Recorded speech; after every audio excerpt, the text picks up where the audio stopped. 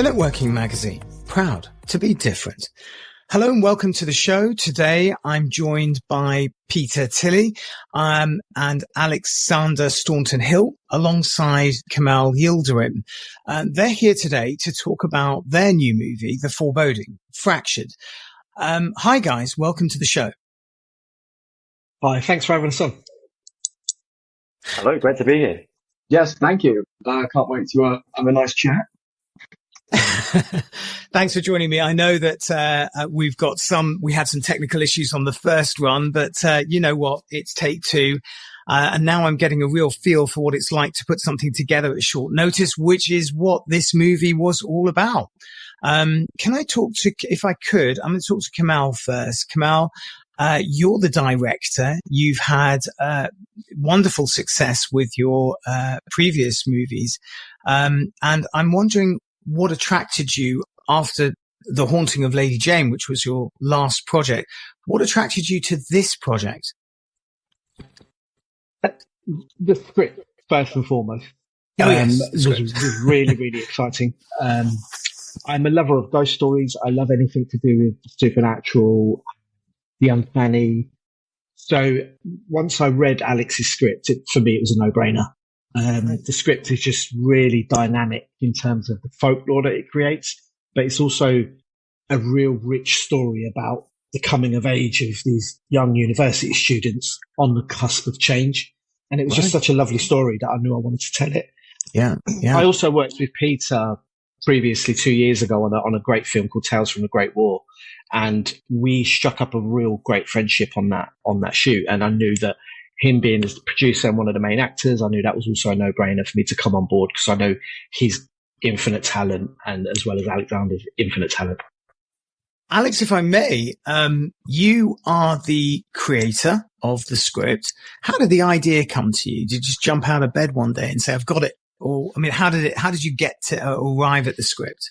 Yeah, I mean, when Peter kind of came to me and said he wanted to make a horror film, we kind of went through a couple of odd ideas, and then he kind of, I think we're playing Fall Guys or something.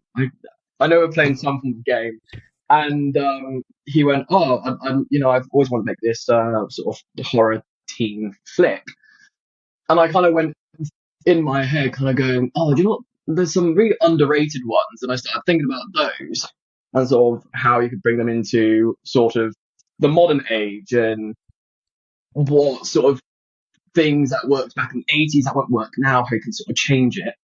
And then sort of going from that, I was like, you know what?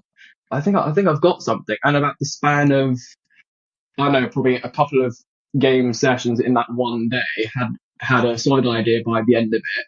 And then cut to some ungodly hours in the morning, I'm sending off the first draft to Peter.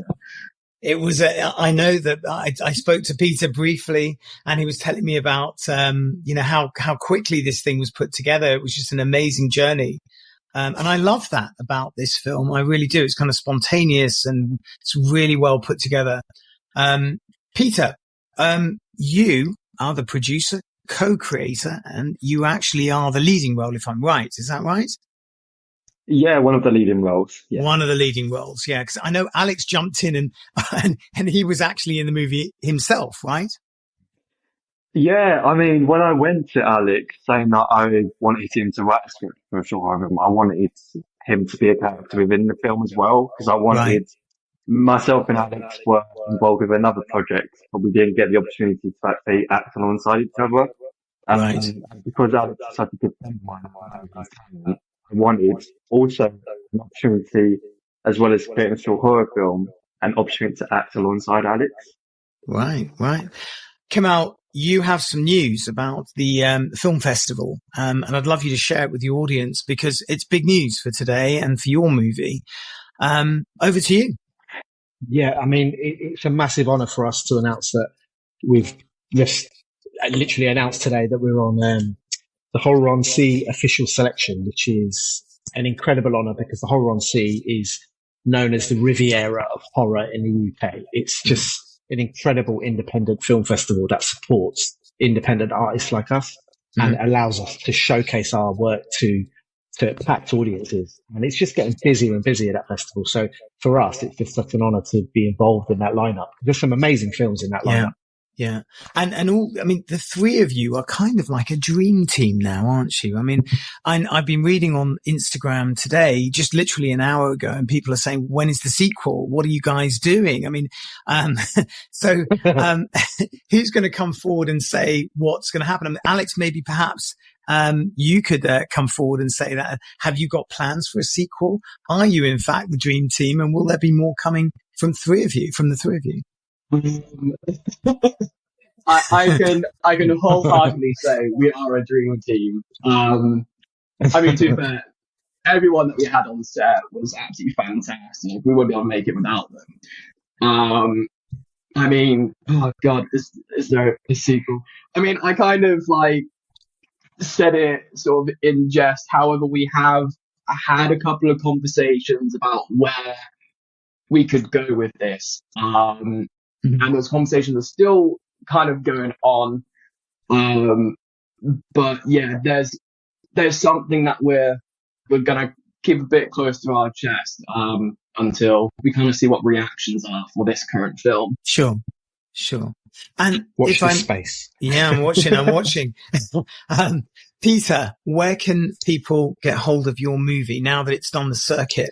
Where can people, view it? Yeah, so we'll be doing the festival run to begin with. Obviously, the worldwide premiere for the Foreboding will be at the Currency Film Festival in January. We've been submitted into some other festivals as well, some of them within the UK, and potentially plans to get it abroad as well. But yeah, we might have other plans for it in due course after that. See how it goes, I suppose.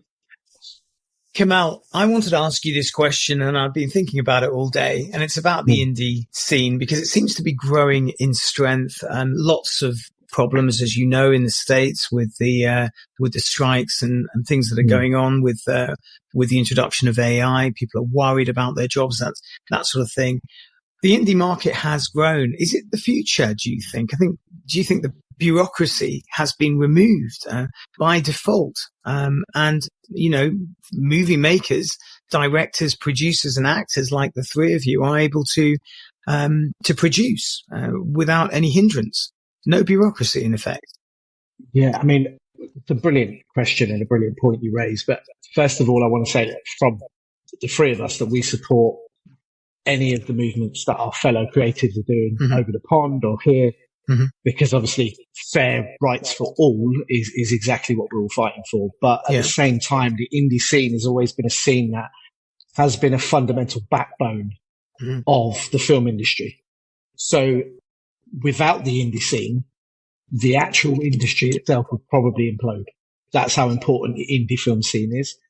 So because majority of the films that are coming out in the mainstream, big budgeted movies, they're not really enough to prop up the whole of the film industry. It's artists like us that are kind of developing talent and developing content that keeps pushing this content into the market.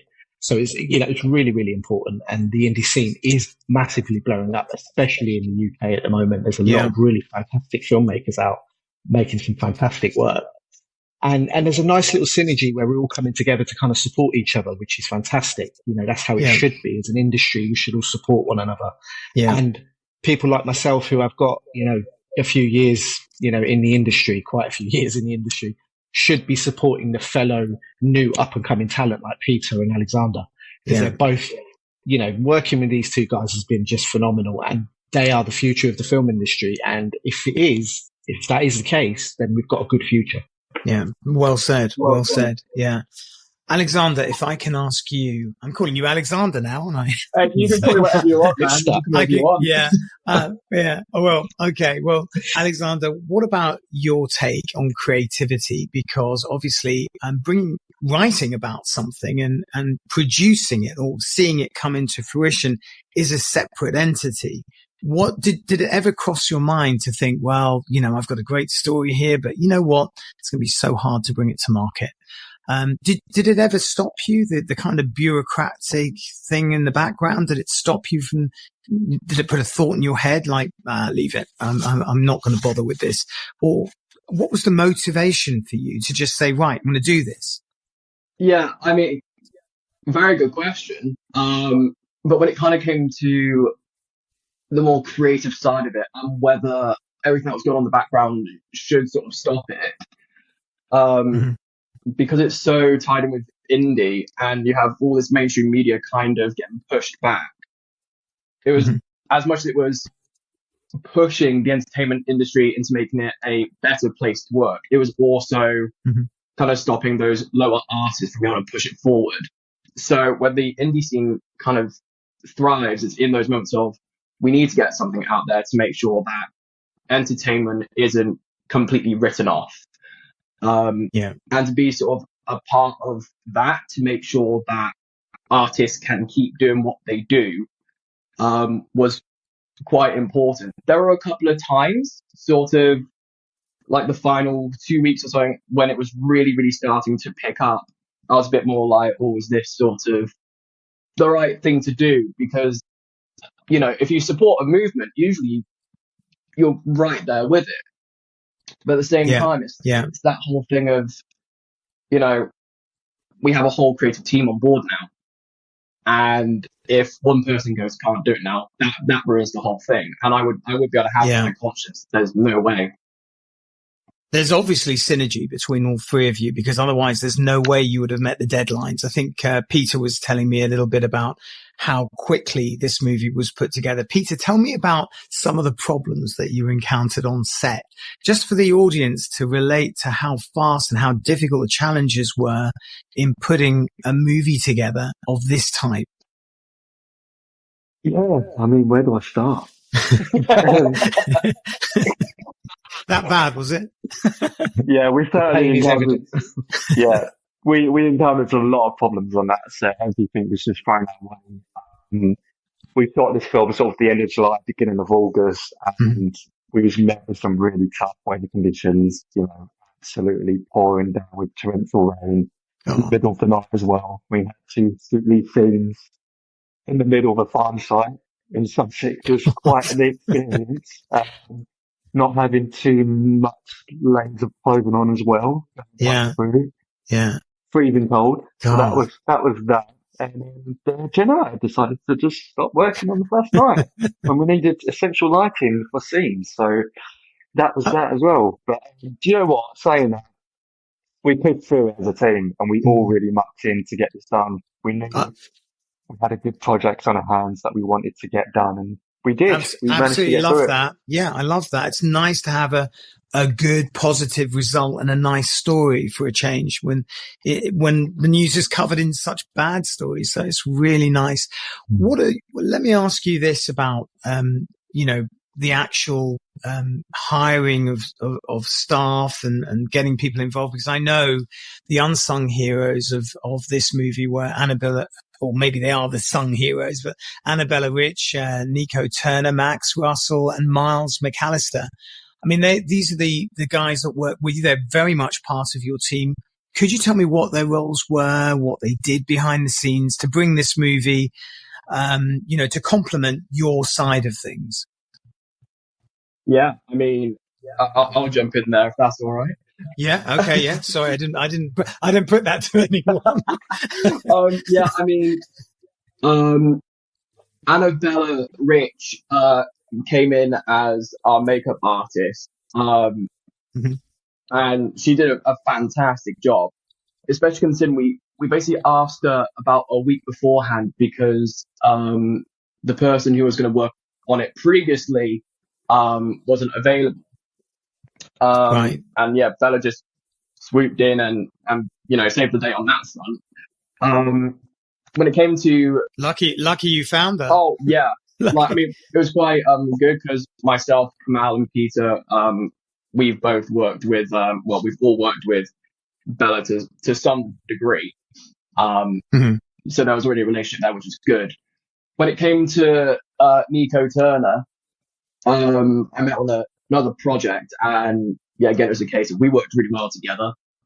So I popped her a text message and was like, "Hey, I'm working on this film. Would you mind sort of being a PA for me?" And she basically just went, yep, essentially. Brilliant.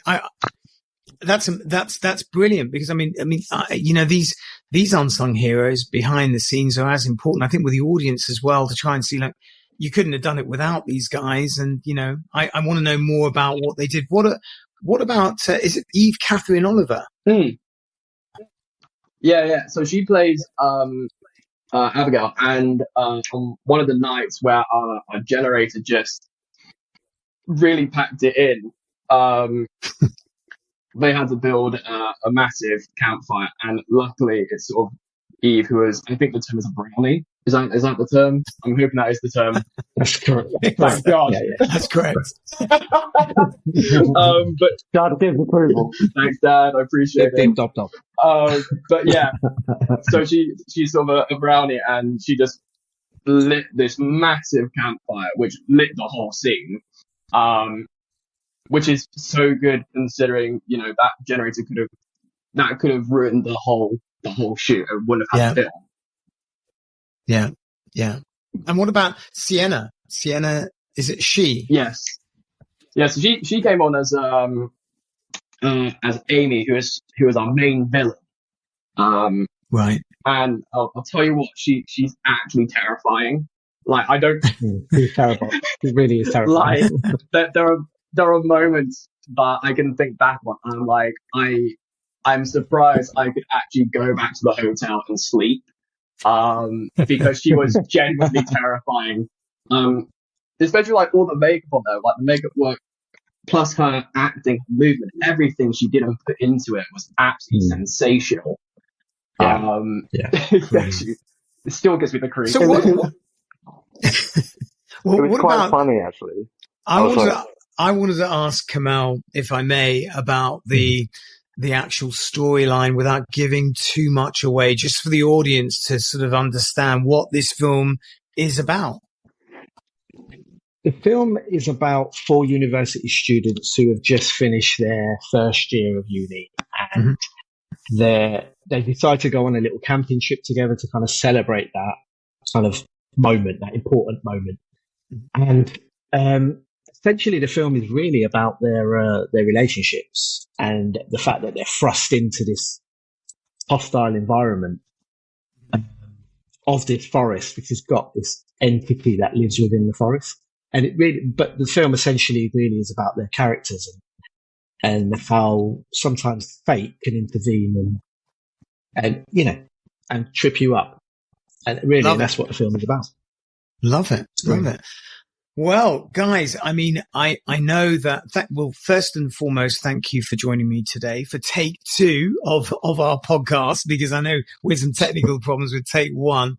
So thank you very much for joining me. Is there anything you does anyone want to add something to it? I mean, how can people stay in contact with what's going on social media? Is there anything in particular that they can do to follow you?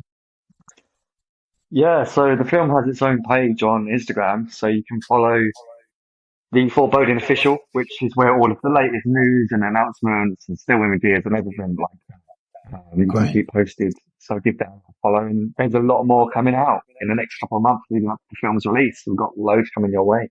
Brilliant. I hope to get you back on the show anyway. It looks like I've got some synergy with you 3 as well. So I'll get you back on the show to tell us more. But yeah, it was a joy to have you on the show, and thank you so much for, firstly, congratulations on the award that you've got on Foreboding Fractured. And, thank you very much for joining me on the show. And I hope you can all join me again in the future. I'd love to. Thank you very much for having us. Pleasure. Thank you.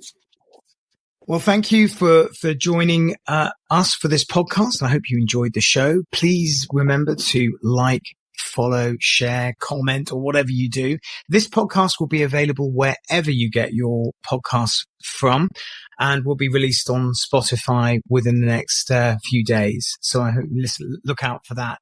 On our Instagram page, we will also be posting some images from the movie, The Foreboding Fractured. And we'll also put some links on the podcast description box of how you can follow these guys on Instagram too.